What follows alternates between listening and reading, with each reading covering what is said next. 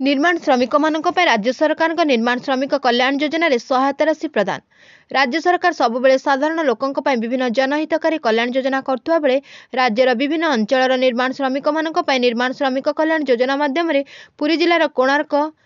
NAC कल्याण मंडप ठारे ओडिशा कोठाबाड़ी एवं अन्य निर्माण श्रमिक कल्याण बोर्ड ओडिशा भुवनेश्वर पक्षर एक बैठक आयोजन करा जायतिला। उक्त बैठक में मुख्य अतिथि भाव में राज्य सरकार गृह राष्ट्र क्रीड़ा युव व्यापार विभाग मंत्री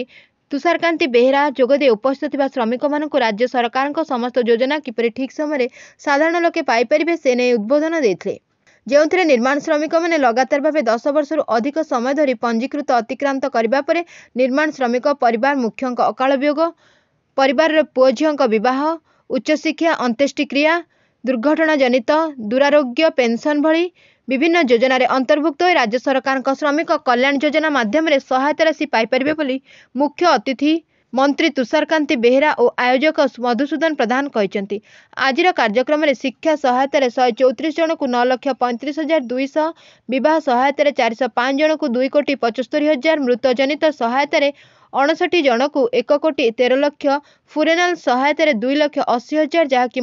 मोट रे 3 कोटी अर्थराशि प्रदान करा जायतिला। सेपटे निजर परिवार मुख्य बापा अकाल वियोग पर श्रमिक कल्याण योजना माध्यम 2,05,000 टंका सहायता राशि पाई राज्य सरकार तथा मुख्यमंत्री को कृतज्ञता जणाइले हिताधिकारी। Bureau report Ekamra news.